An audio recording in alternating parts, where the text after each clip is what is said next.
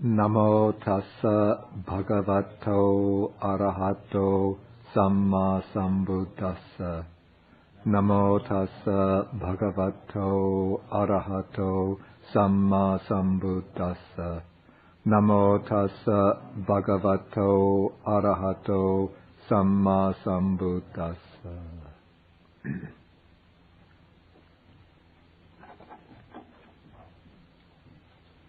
Okay, we have been discussing the Canki Sutta, which is Sutta number 95 in the Majjhima Nikaya. And as we saw, even though this sutta begins with a visit by the Brahmin Canki to the Buddha, the Brahmin after whom the sutta is named, by about a third of the way through the sutta, the Brahmin Canki fades out of the picture, and I think he doesn't reappear, not even at the end. And so the core of the sutta focuses upon a dialogue between the Buddha and a Brahmin youth named Kappatika. The Brahmin youth has been trying to argue for the absolute authority, the absolute truthfulness of the Brahminic scriptures, the Vedas. And first he claims, out of faith, that the Vedas are absolute truth. Then he claims that the Vedas have come down through an oral tradition, and therefore they have to be accepted as truth, since they've come down through an ancient line or lineage of teachers. Then the Buddha points out that there are 5 authorities or 5 sources of authority that people appeal to as a basis for truth claims. These are faith, then approval or personal preference, then oral tradition, then reasoning, you say, inferential reasoning. And then the 5th is reflection, pondering upon a view, and then accepting it as a result of one's reflections. And the Buddha points out that even though these 5 might be cited as the basis for truth, but none of them are sufficient in themselves to guarantee the truth of a claim or a proposition. The reason is that any of these can have 2 consequences. What it is brought forward to support might be true, or it might be false. Having faith in something doesn't guarantee its truth. One might have very strong faith. What one believes in, it might be true, but the faith doesn't guarantee the truth of what one believes. Similar with the personal preference, one might have a strong liking for a particular teaching or religion, but just having the liking or preference for that religion doesn't guarantee its truth. A religion might be supported by sacred scriptures which have come down from ancient times. They've all been accepted by many generations of people who are considered wise and holy. And on this basis, one might claim that what is taught in these scriptures must be true. But in fact, the scriptures might have come down very accurately from generation to generation, but what they teach might be wrong. Again, the 4th is reasoning or inferential reasoning. One might reason with a great deal of accuracy, precision, care, every step following with absolute logic, with compelling logic from the previous steps. But if one starts with some wrong premises, then the more tight and rigorous you make your system, the further you're straying from the truth. And then the 5th is reflective acceptance of a view. One might reflect very deeply upon a particular view. As a result of the reflection, one comes to accept that view, but just reflecting on a view is not a basis for upholding it and proclaiming that this is truth, anything else is false.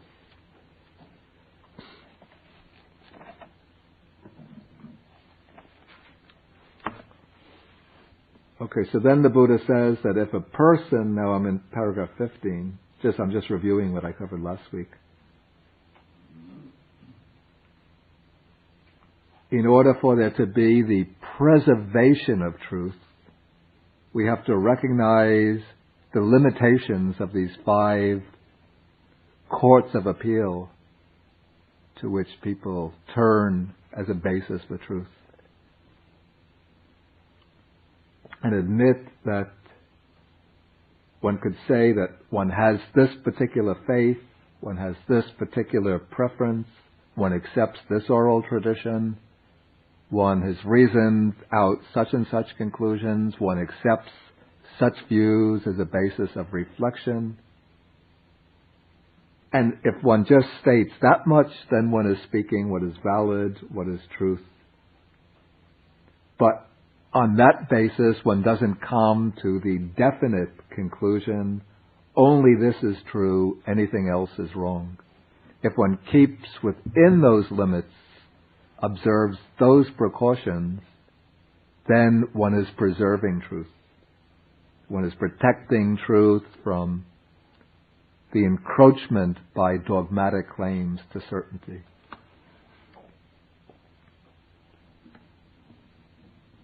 Okay, so then the Buddha says, summing up that passage, he says, in this way, Bharadvaja would be probably the family name of this young Brahmin.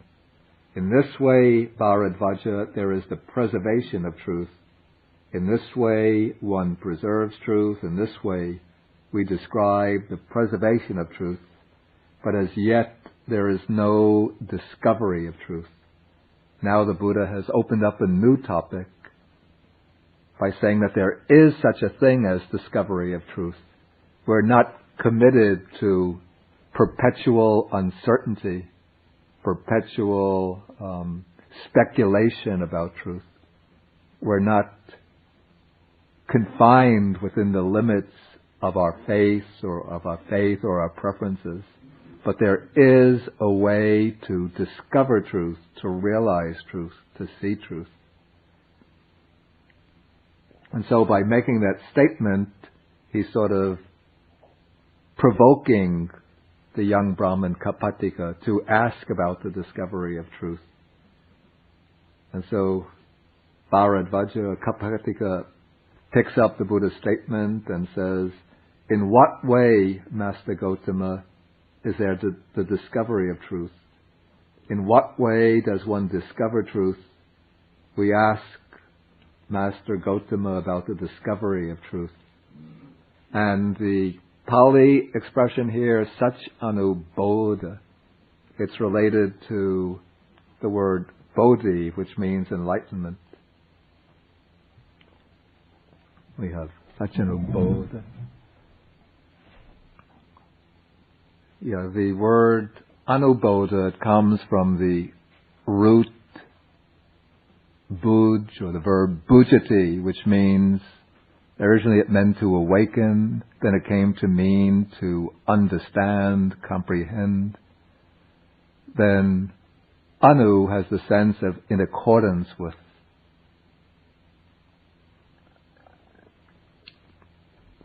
So this is an understanding that is in accordance with truth. Or we could say it's an initial awakening to truth. And so Kappatika asks about how the discovery of truth takes place. And then the Buddha will present a sequential teaching showing the steps that lead to the penetration or realization of truth. Okay, we begin here, now in paragraph 17, that a bhikkhu, that's a monk, may be living in dependence upon some village or town. And now a householder or a householder's son, this is the person who wants to attain some realization of truth, goes to him and investigates him in regard to three kinds of states. In regard to states based on greed, in regard to states based on hatred, and in regard to states based on delusion. And the reason why he makes this investigation, he wants to know, are there in this Venerable One any states, mental states, based on greed or hatred or delusion, such that with his mind obsessed by those states, while not knowing he might say, I know, or while not seeing he might say, I see, or he might urge others to act in a way that would lead to their harm and suffering for a long time. And then this is very similar to the investigation of the Buddha that was undertaken in the previous sutta we discussed, in the Vimamsaka Sutta, the Sutta on investigation. Here one looks, trying to determine the quality of a person's mind on the basis of his behavior. So when he investigates him, he comes to see that there are no such states based on greed in this venerable monk. The bodily behavior and the verbal behavior of this Venerable One are not those of one affected by greed. So here the criteria that he uses to determine the mental state of the prospective teacher is his bodily behavior and the verbal behavior, his speech.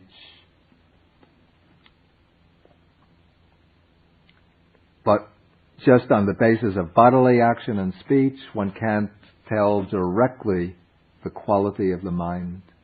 But one then looks into the teaching that this Venerable One gives, the Dhamma, and he realizes that this Dhamma that the Venerable One teaches is profound, hard to see, and hard to understand, peaceful and sublime, unattainable by mere reasoning, subtle to be experienced by the wise. This Dhamma cannot easily be taught by one influenced by greed, by somebody in the grip of greed. This is because the Dhamma is something which leads to the true Dhamma, which something that leads to the overcoming, the eradication of greed and craving. And so if somebody is really in the deep grip or in the strong grip of greed and craving, then he won't want to proclaim a teaching which is directed towards the elimination of greed.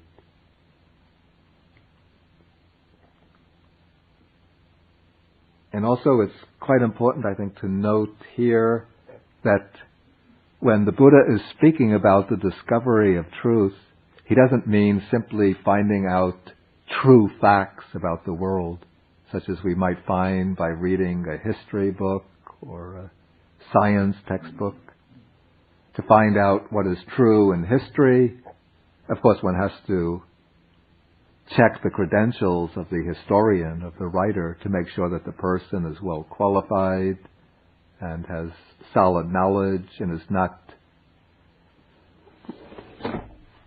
relating history from a biased point of view, a interested point of view where he's trying to defend a certain interpretation of history in order to secure his own interests or the interests of his country or his community. And similarly, somebody can be a perfectly qualified scientist and discover some of the most astonishing truths about the physical world, the chemical world, the biological world, while still being a very morally corrupted person. But here we are speaking about, or the Buddha is speaking about, the realization of spiritual truth, of liberating truth. And this truth can only be properly proclaimed and properly represented by one who embodies that truth, the realization of that truth, in his own being, in his own person. of course, many of those who teach the Dhamma still have minds which are, to some extent, maybe even to a strong degree, influenced by greed, hatred, and delusion. But the important criterion is whether this person is earnestly dedicated to the path that leads to the overcoming of these defilements. So here, during the time of the Buddha, there were many enlightened disciples, and so the Buddha could appeal directly to them. In the present day, we have to look very, very carefully to distinguish who is at least qualified to speak about the Dhamma and who will give an accurate, truthful representation of it. Okay, so first the investigating householder examines the monk with regard to greed, and he comes to the conclusion that there are no states based on greed, or that on the basis of the bodily behavior and speech of this Venerable One, that there are no states based on greed in this one. Similarly, he performs an investigation in regard to states based on hatred. If the teacher starts angrily condemning other teachers of his own faith, or if he starts angrily condemning the teachings of other religions, denouncing followers of other religions, if he speaks very furiously, trying to whip up vehement hatred in his listeners, one could determine that this is even a very dangerous person, and it would be very risky to try to follow his teaching. So one has to see that the teacher is one ideally completely free from manifestations of hatred in his behavior, or at least that through his bodily action and his speech, he indicates that he's had some success in reducing these defilements and is on the way to their elimination.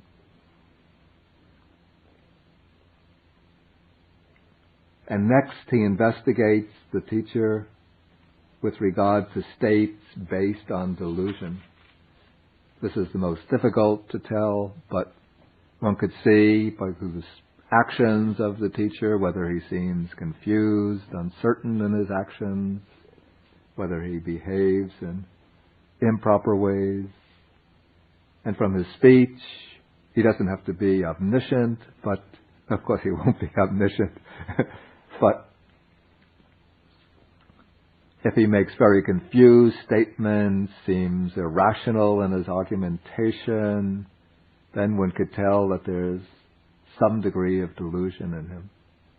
But if he seems very straight, wise in his delivery of his teaching, if his teachings seem to have solid basis in one's own experience, solid basis in fact, then one could come to a reasonable conclusion that this Venerable One, even if he hasn't eliminated delusion completely, has made substantial progress in reducing it and is on the way following the practice for the eradication of delusion. Okay, so when the householder has investigated this prospective teacher and seen that he is free or purified of states based on delusion, then he places faith in him. And here we come across that word again, faith. So where does the faith that the Buddha is encouraging here differ from that being endorsed by the young Brahmin? Well, the Brahmin was saying that faith was enough to claim truth. Yeah. But here the Buddha is saying faith is necessary on the way to discovering. Exactly, right. Exactly. It's not the end of it. Exactly. Yeah, for the Brahmins, faith was the guarantee of the truth of what they believed. The fact that they believed in this particular set of scriptures, in the claims made in these scriptures, For them, that meant that the scriptures had to be true.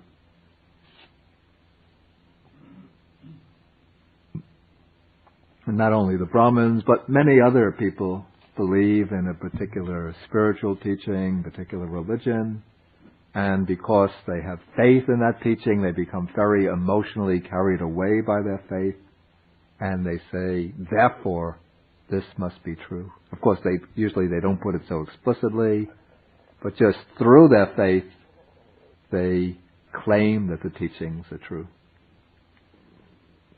But here, faith means that one is inspired by the presence of this person, that one has some trust and confidence in the teacher as somebody who is capable of showing one the path to realization of truth.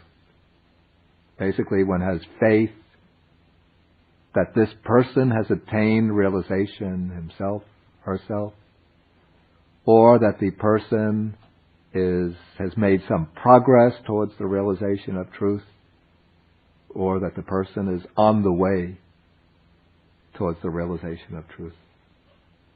But in the ideal case, one would have the faith that this is a person who has truly realized the truth. Okay, so then when one places faith in the teacher, then one visits him and pays respect to him. And in ancient India, religious teachings were not written down in books, so you didn't go to the bookshop and buy some of the collected teachings of this teacher. You didn't turn on your computer and go to Amazon.com and order the books. But to learn spiritual teachings, you actually had to come into the presence of a teacher. First, one might inquire from some of his followers, what is this teacher's teaching? And so you would pick up or learn the teacher's teaching by hearsay. But just getting the knowledge by hearsay is not sufficient. One has to hear it from the teacher himself. One has to come into the teacher's presence.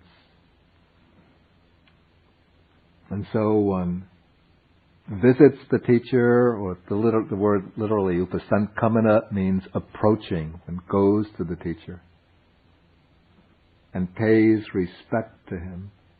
Of course, one of the criteria or expectations for receiving spiritual teachings in the Indian background is that one shows respect towards the teacher.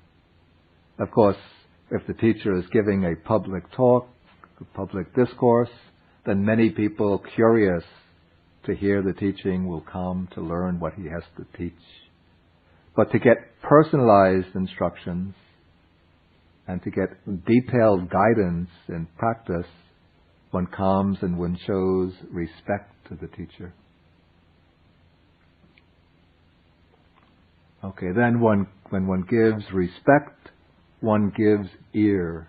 That means that one listens, because one is dependent for the direct knowledge of the teacher's teaching upon listening to what he has to say.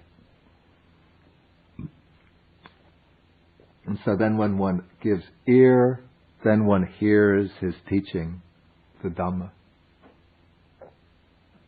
Having heard the Dhamma, then one, maybe the word memorizes is a bit strong, dharana, which means retains it in mind. But in India, during the time of the Buddha, since it was basically pretty much a pre-literate or non-literate culture, the capacity of people's memories were much greater than they are today. Nowadays, because we've become so dependent upon books and print and other media of communication, that our the capacities of our memories have shrunk a great deal. They've diminished, and so we have a lot of trouble memorizing even just a few words, even lists of Pali words or Chinese words, Chinese ideograms. But in the days of the Buddha, there were, of course, the Brahmins would transmit their scriptures by oral transmission.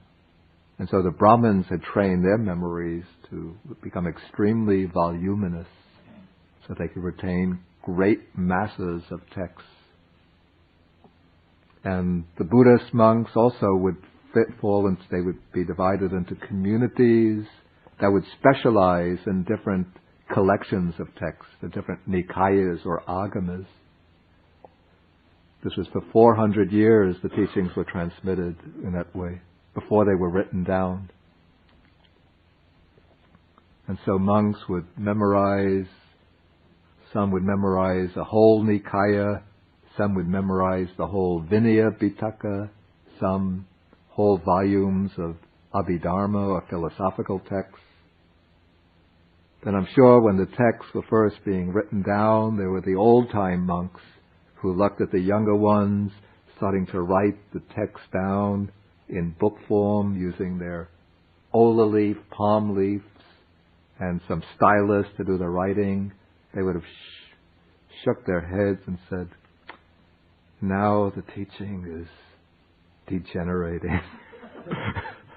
It's on its last legs. It won't last much longer. But those who are writing were thinking, oh, but this is the way to keep the teaching for a long time. In this way we'll have the words of the doctrine in written form in books. Then we could pass them down. They don't depend on our weak and fragile memories. So there must have been a debate going on. And eventually the book writers, the book compilers won out. And so we have now the Buddha scriptures are all written down in books. But the old system of oral transmission and oral preservation of memorization still remains in Buddhist countries, in especially the ones who are most accomplished in memorization are the Burmese monks. They memorize. There are some monks, perhaps even alive today, but there was one very, very famous in the middle. He died, I think, in the 1980s, called the Jetavan Soyador, who would memorize the entire Tripitaka. And so if one just recites any passage in the Tripitaka, you start reading the first few words, immediately he'll know the passage, pick it up, and then continue reciting it. And he was tested very, very rigorously by the Burmese elders. And so he was given the honorary position when they had the 6th Buddhist Council in Burma. He was the respondent to the questions on the Dhamma. Okay, so one hears the teaching, then learns it by memory to retain it in mind. But it's not enough merely to retain the teaching in mind, but one has to go further and examine the meaning of the teachings in order to understand what is being communicated, what is being conveyed.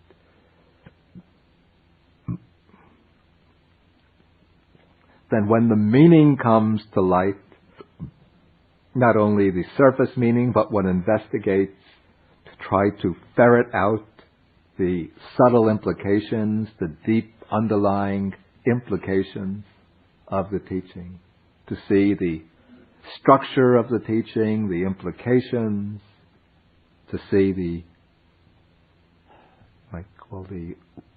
bearings of the teaching upon one's own experience, and one examines them in the light of one's own experience.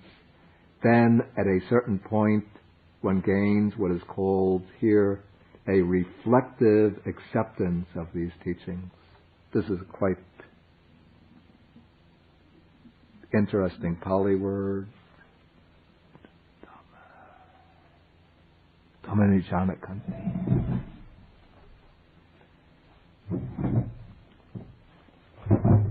Yeah, the word Kanti here is the same as the Pali word that's used to mean patience. It's like the Sanskrit kshanti. Like we have the kshanti paramita. But here, what's common to the both senses of Kanti is that of acceptance, In the case of being patient, one accepts hardship, abuse, and even torture from others. One accepts difficult conditions, pain, affliction. But Canki also signifies the acceptance of a teaching.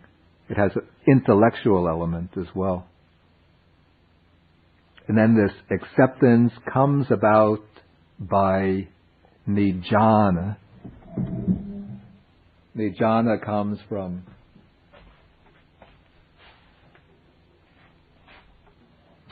you might recognize the word jhana, which often it's used in Buddhist texts to mean meditation or meditative absorption. But here one is not yet into the stage of deep meditative absorption, but one has deeply thought out or contemplated the teaching, pondered it inside and out when one is examining the teaching. And then as a result of that, one accepts the Dhamma, the teaching.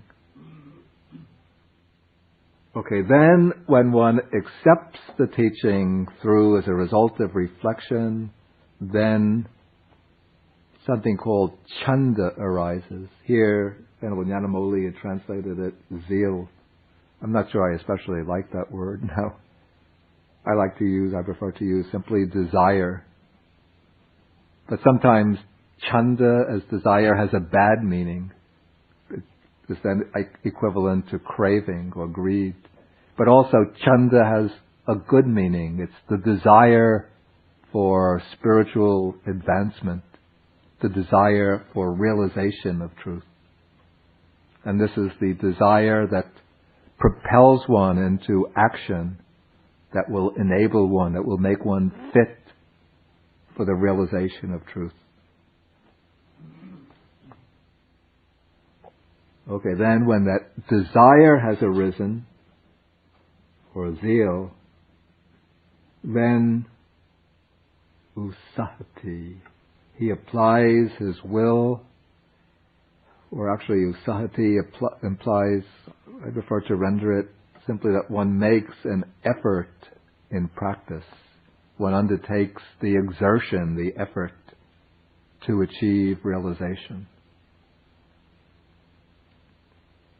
And here I think the idea of applying the will or making the effort could include just about every aspect of mental training, of training the mind. Or at least let's say the preliminary levels of mental training. The effort to take up a meditation, the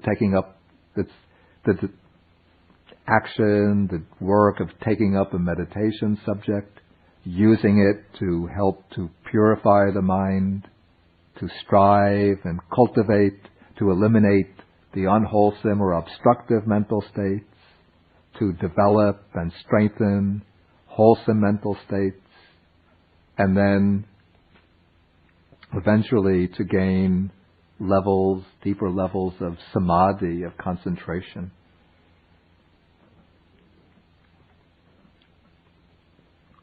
Okay, then when one has made this effort and practice, gained some degree of mental composure, mental collectedness or one-pointedness, then the Buddha says, one scrutinizes. Okay, scrutinization here, the Pali word, I think the verb is tuleti.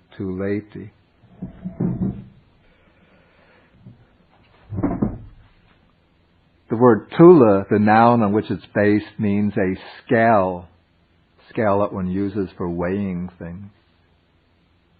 And so what one is doing is now sort of measuring things, weighing things, not in the sense of the earlier of reflection on the teaching, but now according to the commentary, what one is doing now is investigating with insight. This is the development of vipassana, of insight into the three characteristics of existence, the three universal marks of impermanence, unsatisfactoriness, dukkha, and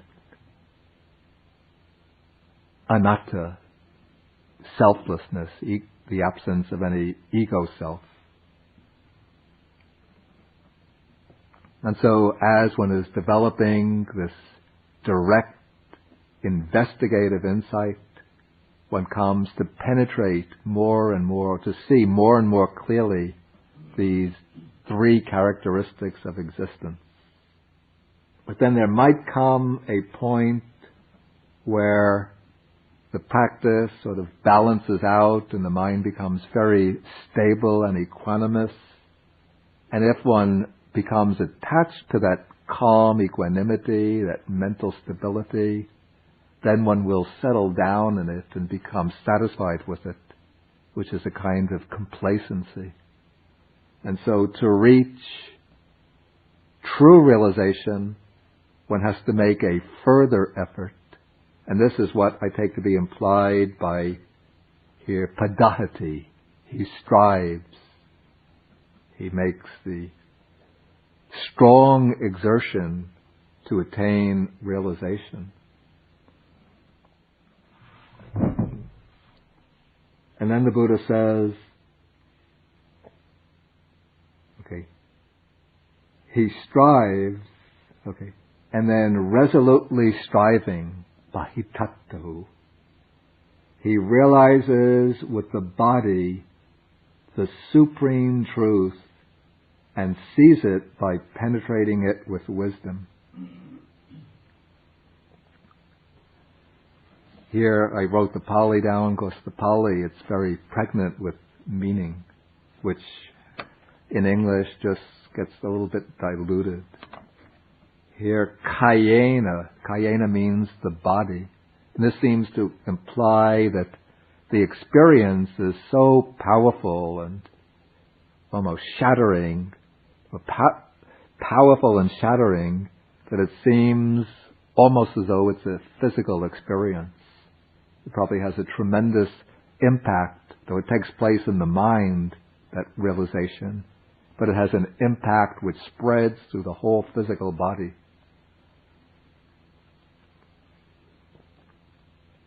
So with the body, one realizes the parama satyang. And what is this parama satyang, the supreme truth? This is the truth, the ultimate truth, which is nirvana or nibbana. And so what has been happening now in the process of this person's meditative practice is that he has been contemplating with insight the three characteristics of all conditioned phenomena, seeing that they are all impermanent. Because they're impermanent, they are unsatisfactory, liable to suffering, inadequate, flawed. And because they're impermanent and because they are flawed with suffering, they are not to be taken as self.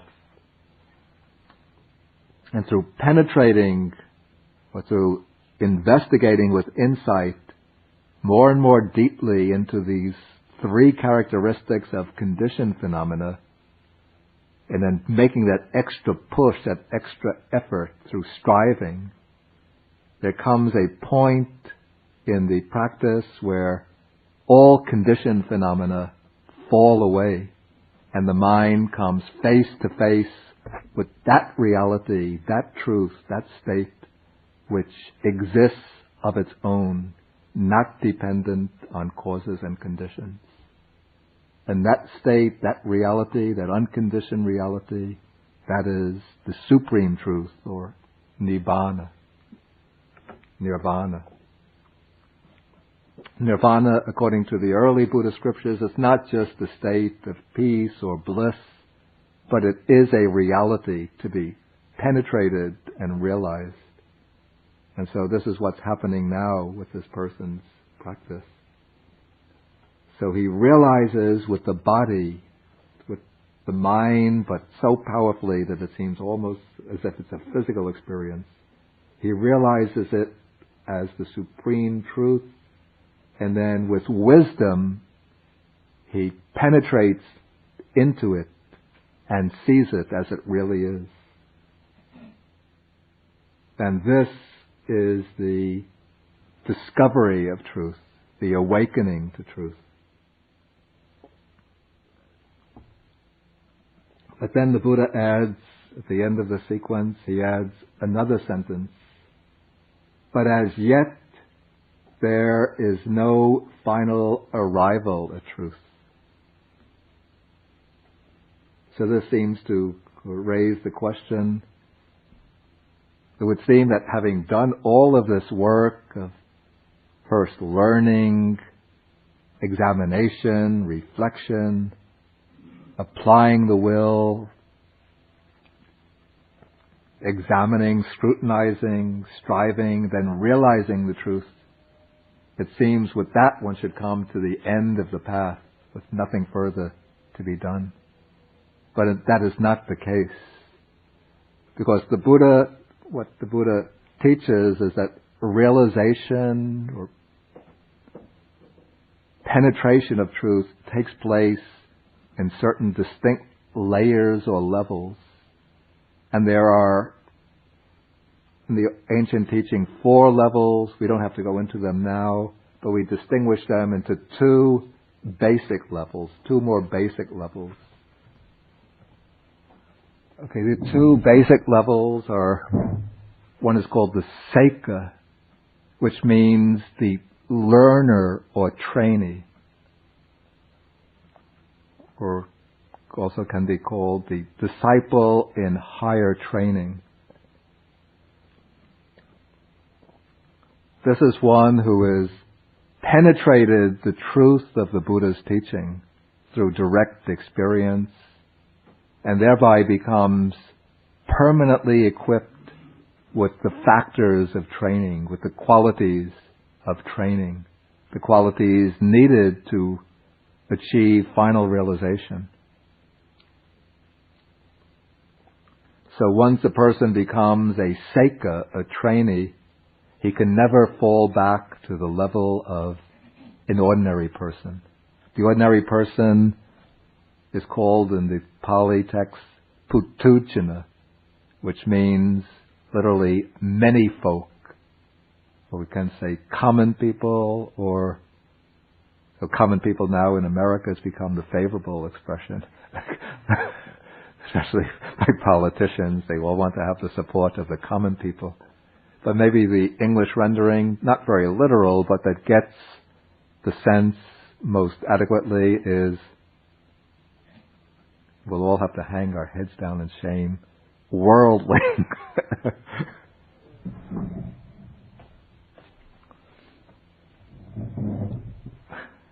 Yeah, the worldling, the Putujana, this is a person who doesn't have any realization at all, or has not yet reached any stage of realization at all.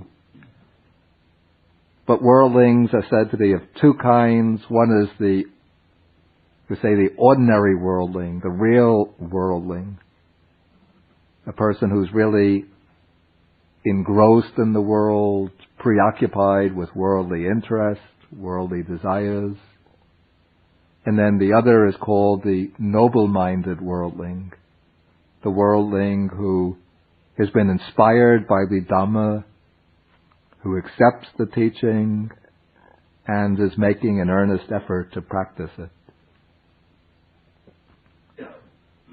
And so the sequence begins when the householder comes up to the monk and investigates and plants faith, establishes faith in the teacher.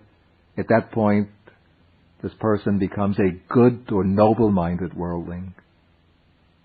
Then through all of the stages of practice, from listening to the teaching up to striving, resolutely striving, he's still a noble-minded worldling.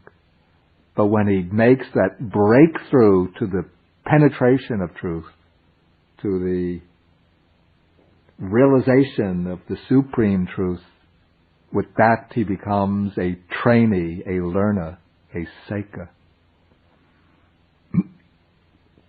And what brings the attainment of the stage of trainee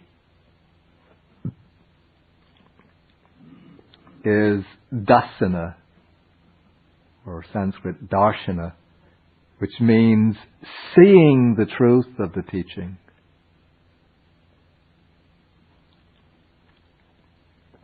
The truth, the supreme truth of the unconditioned has become opened up to mental vision, to inner realization.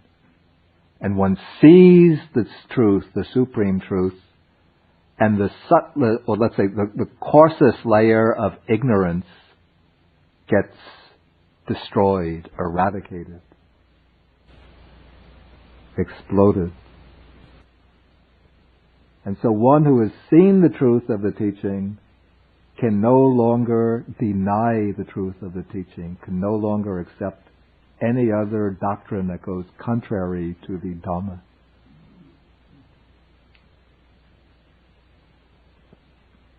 Such a one now has, we call, unshakable faith or unshakable confidence, unwavering confidence in the Buddha as the supreme teacher, in the Dhamma as the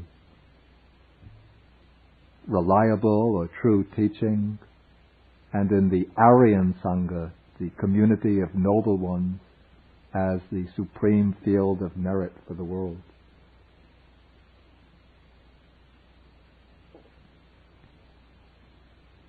And in terms of the mental kleshas or defilements, attaining this vision of the truth eliminates, eradicates the coarsest defilements, but there are still many subtler defilements which remain to be eliminated.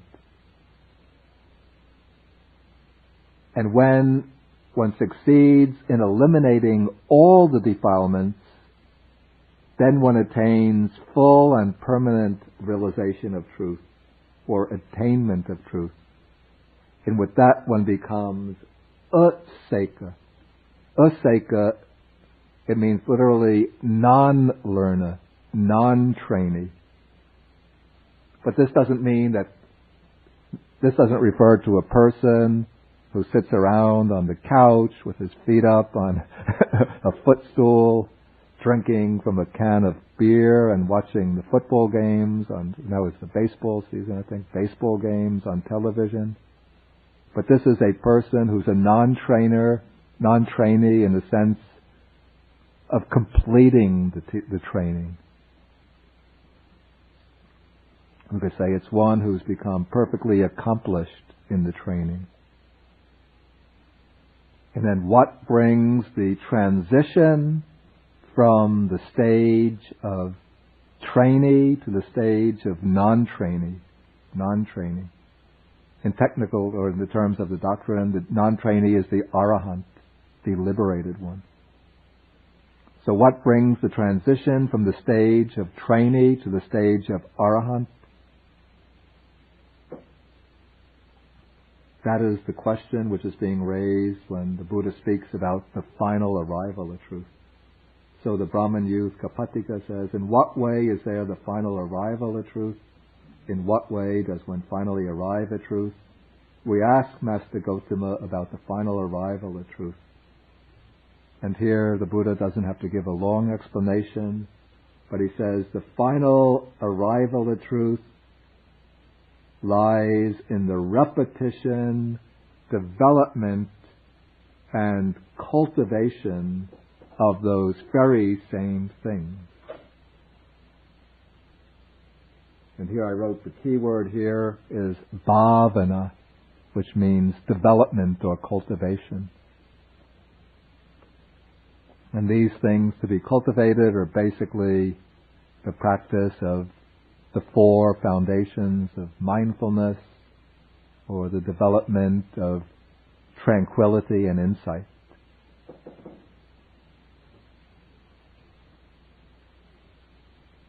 And when, or the noble, you could say, the factors of the Noble Eightfold Path, or the 5 spiritual faculties.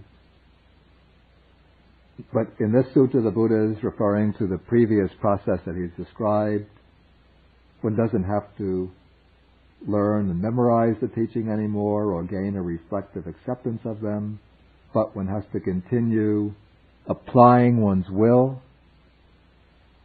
One has to continue scrutinizing phenomena to see more and more deeply into their real characteristics. One has to continue striving, resolutely striving. And when this happens, then one comes to the final arrival at truth, full realization of the truth, which eliminates all ignorance and all the other defilements, craving, grasping, clinging, greed, anger, delusion, that spring up from ignorance.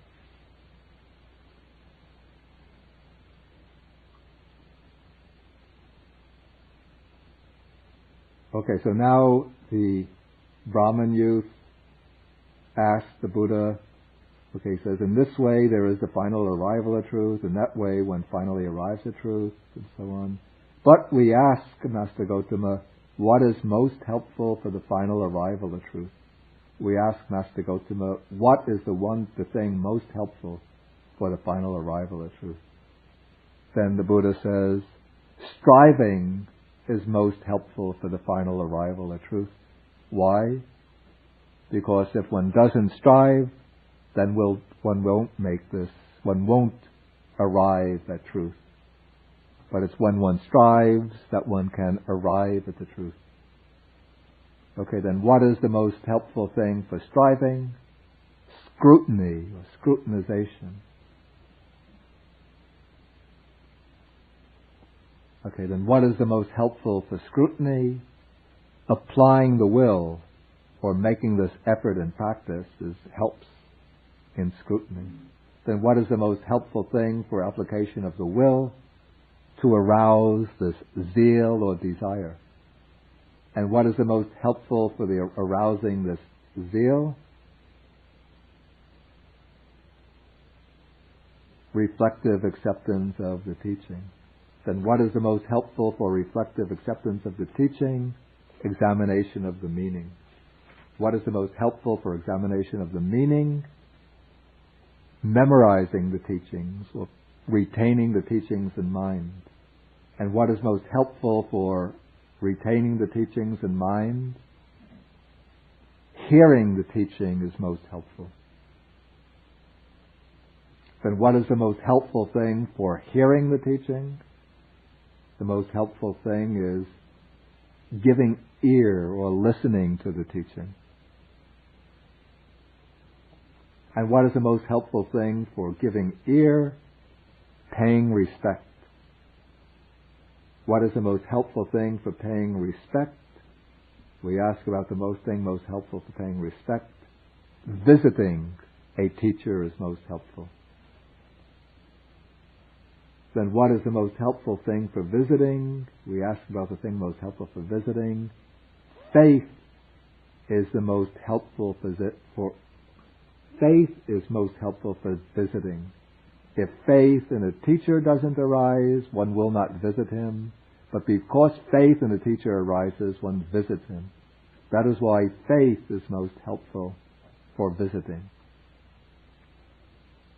And so what's interesting here is now the whole sequence that leads to final realization eventually comes back to saddha, or faith.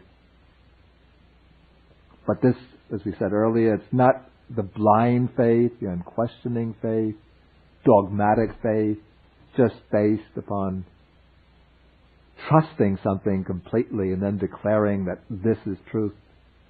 But this is faith, as we said earlier, that motivates one to enter upon the path of practice, the way of training. And the faith itself doesn't guarantee truth, but it's the faith that enables one to set out on that step-by-step process that culminates in the realization of truth. And so at the end, the young Brahmin Kapattika, he praises the Buddha, saying that, or he expresses his appreciation to the Buddha, that we asked Master Gautama about the preservation of truth, and then the Master answered about the preservation of truth. We approve of and accept that answer, and so we are satisfied. And so he goes back and mentions the other topics that he asked about and how the Buddha satisfied him with his answers. Basically the three themes are the preservation of truth, the discovery of truth, and the final arrival or full realization of truth. So whatever we asked Master Gautama about, that he has answered us. We approve of and accept that answer, and so we are satisfied. And then he makes a confession.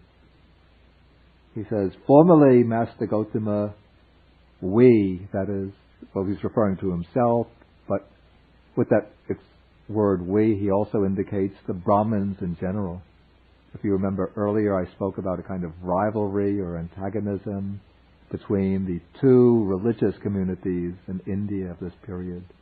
The Brahmins, who preserved the Vedas, who married and raised families and performed the ritualistic, the rituals and sacrifices, as well as indulging in their own speculations and constructing their philosophical systems.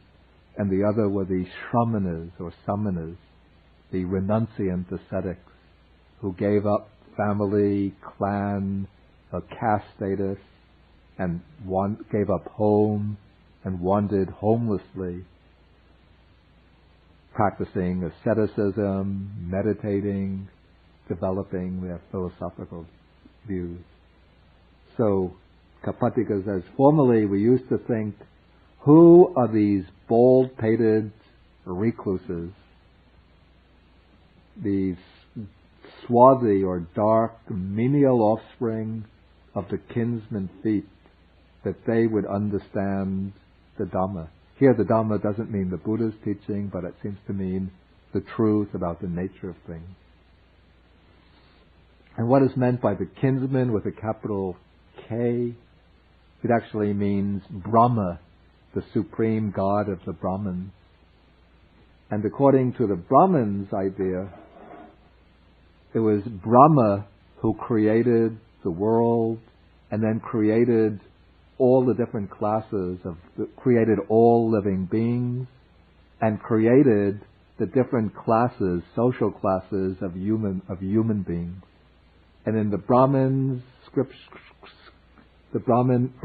scriptures, it is said that the Brahmins were born from the mouth of Brahma.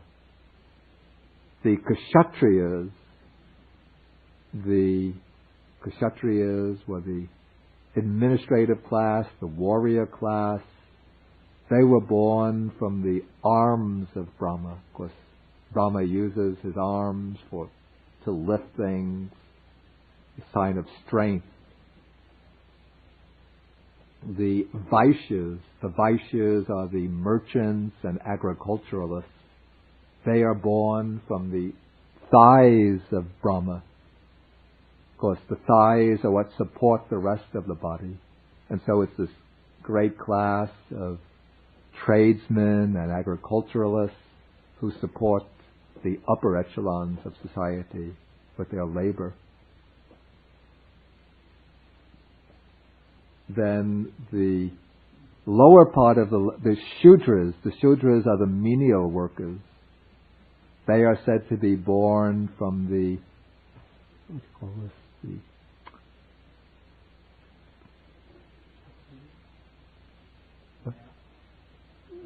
no, not the feet, the shins, or calves of Brahma, the lower part of the legs. Since the Shudras are the ones who do the low work for society. They are the ones, the manual workers, servants, cleaning people. And then to add insult to injury, they said about the shramanas, the ascetics, or renunciate ascetics, they are born from the feet of Brahma.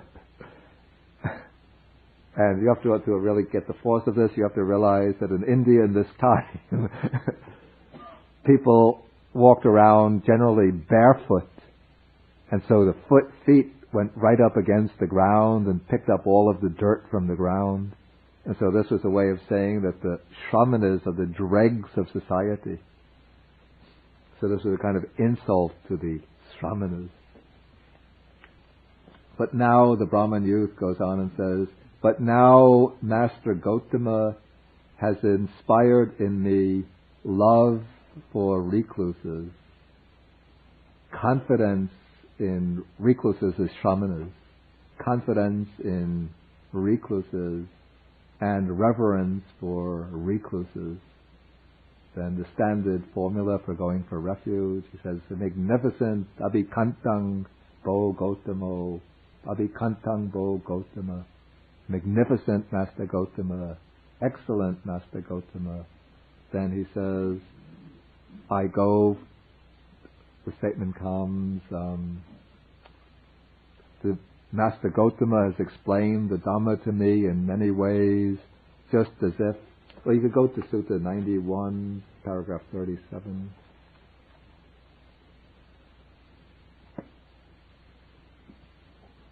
Yeah, Master Gautama has made the Dhamma clear in many ways, as though he were turning upright what had been overthrown, revealing what was hidden.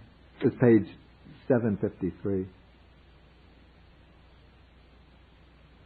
He has made the Dhamma clear in many ways, as though he were turning upright what had been upside down, revealing what was hidden, showing the right path to one who is lost, or holding up a lamp in the dark for those with eyesight to see forms. I go to Master Gautama for refuge, and to the Dhamma, and to the Sangha of bhikkhus. From today, let Master Gautama remember me as a lay follower who has gone to him for refuge for life. Actually, that's where our present sutta ends.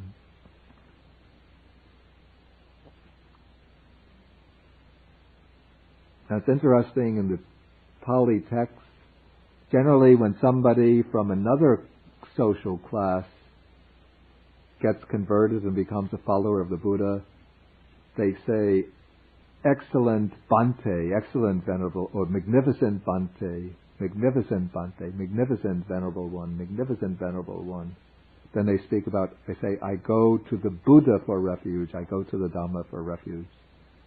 But when the Brahmins get converted, they still use this Brahminic form of address, Master Gautama, Bo Gautama. And they say, I go to Bhavantang Gautamang, to Master Gautama for refuge. It seems that they still have a little trace of Brahminic conceit that they can't get rid of. Okay, this will be the end of our explanation of the sutta. If there are any questions, comments, please feel welcome to ask or speak. Sukhi. Ask only the more important ones. Yeah. Yeah. Yeah. Yeah. Yeah. Yeah. Yeah.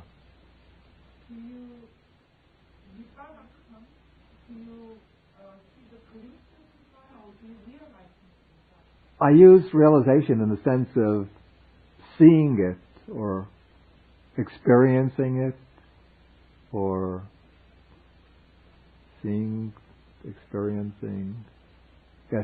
and experiencing it. It's not yet realization, so it could be called realization in that sense. It's not yet realization in the sense of full realization, complete attainment. That comes later with what's called the final, what's here called the final arrival at truth.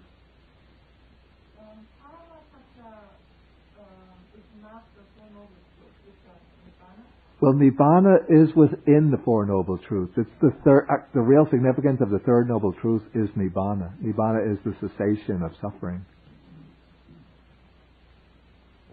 So what one happens at this, you see, up until this point, with regard to the Four Noble Truths, one can have we could say that one has some insight into the First Noble Truth, because one is seeing impermanence, suffering, selflessness.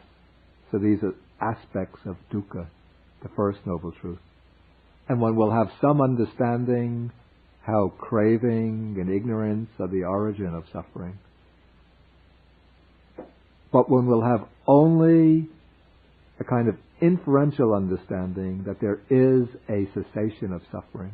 Or this will actually be, you would say, an article of faith. One believes that it's possible to eliminate craving and ignorance and gain freedom from suffering. That there is some state that makes possible that eradication of ignorance and craving. But with the attainment of that experience of realizing the supreme truth, of seeing penetrating it with wisdom, then one actually is at that point realizing or seeing the Third Noble Truth, directly knowing it. And then that also brings confirmation of the Fourth Noble Truth, because one now knows with certainty that this path that one has followed, the Noble Eightfold Path, is what brings the realization of Nibbana. I think this will become clear as we go along from sutta to sutta. Yeah. The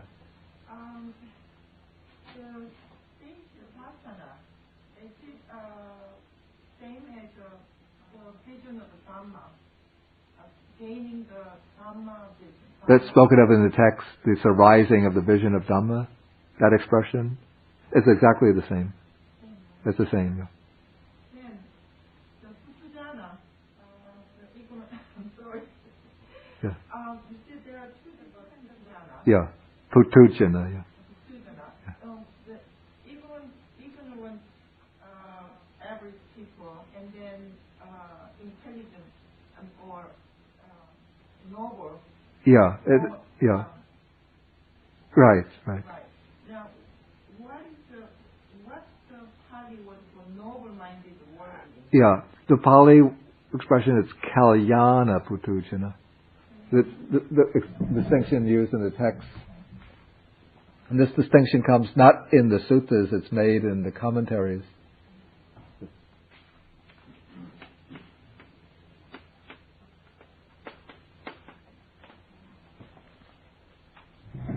Yeah, it's kalyana puthujjana. It means a person who's kalyana, it means good, lofty. We have the expression kalyana mita, it would mean a good spiritual friend, spiritual benefactor.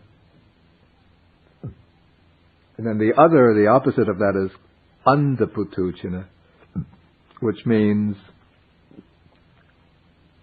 blind worldly. The ordinary person who has no interest in Dharma and spiritual teachings, no inclination to practice. What is the Sappurisa. Sappurisa means a good person, a noble-minded person. Is Sappurisa one of the Puthujjana or are they Aryan?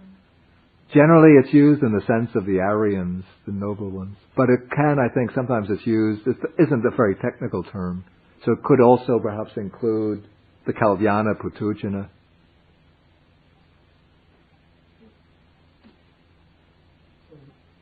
Sekavi, a stream enterer. A stream enterer, once returner, non-returner. And those on the path for those attainments. But at this point I don't want to introduce these technical distinctions. We'll come to them as we go on in studying the suttas.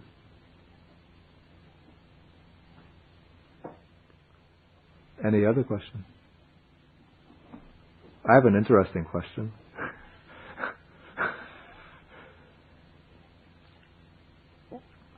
okay, this whole process begins with faith, right?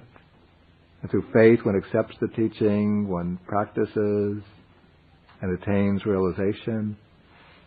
So the question is, how can one ever be certain that the realization that one has achieved at the end is not been sort of biased and influenced by one's faith?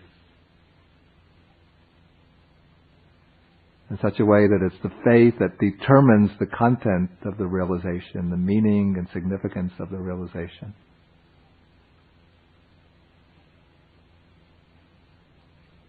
Like, for example, okay, Hindus, Hindu yogis, they say our spiritual teaching doesn't depend only on blind faith. You need faith at the beginning, but then you practice our type of yoga, maybe it's called jnana yoga or raja yoga.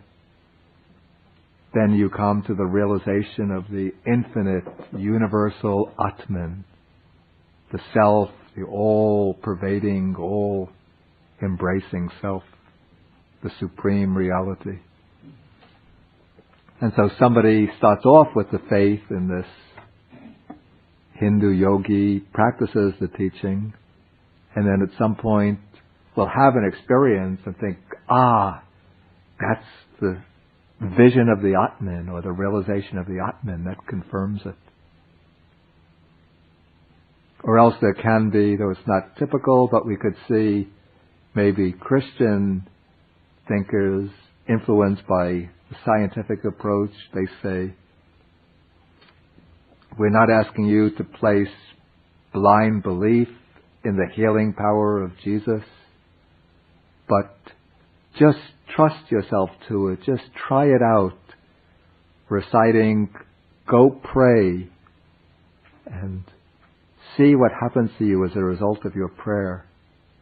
And so you have enough faith for some reason in this process. One goes to the church or in one's own private shrine and prays, "Oh God, oh Jesus, help me, please have mercy on me." And then one goes on maybe practicing over and over again.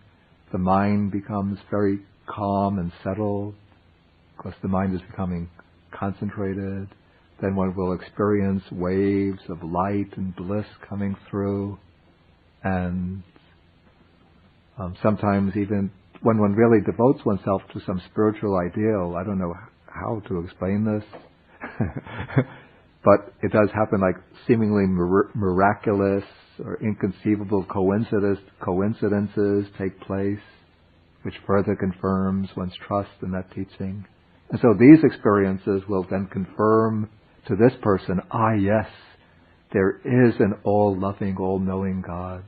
And since I've prayed in this way, Jesus must be looking after me and taking care of me and helping me. And so this convinces him of the truth of Christianity. So in each case, the faith is conditioning some experience which seems to confirm the truth of that teaching. Yeah. Blind faith and this one. Firstly, I mean, regardless of the theory, I come to you Yeah. because I read your Dhamma book, and I examined it, and then I have a trust in what you were saying. Then we go to that teacher. So there is that kind of faith in coming to you. Yeah. Because if I read something and then that's full of baloney, then I won't go. Yeah. So it started something like it's like trusting certain friends. Yeah. Even if they make mistakes, Yeah. I know they're a good nature. Yeah. So I trust that Yeah. person. Yeah. So start with like that. Then here you have to examine scrutiny and examination. Yeah. In the process of examination, if I find you're not, like you have a myth, Yeah. not just wholesome, half wholesome and half Yeah. unwholesome, Yeah. then I won't have like 100% faith. Yeah. Yeah. Yeah. Okay, but somebody like the Hindu follower can have examined the behavior of the Swami, say, or Sadhu for a long time and sees that the behavior is, there are some Hindu Swamis who are very admirable in their behavior. Those who gain samadhi, they have very pure minds, sometimes spiritual powers, a lot of wisdom in dealing with daily life, deep experience in meditation. But their whole system is based on the idea of the Atman, the Supreme Self. So they're not examining the Atman itself. Yeah. That's the problem. Maybe so. I don't have an answer to this question. But it's a question that's occurred to me. Does one ever come to a spiritual realization that is not in some way circumscribed or limited by the initial faith one places in the teaching? The goal, as I understand it, of Buddhism is to realize an ending of suffering. Yeah. So one can really say, is there a difference between honestly experiencing the end of the suffering and only thinking you're experiencing the end of the suffering? If you're not suffering, you're not suffering. Yeah. So it's sort of, I guess that's really what we have to, if there is a real difference between them. If there isn't, then it's self-evident if you reach the goal or not. Yeah. Perhaps that's it. In the back.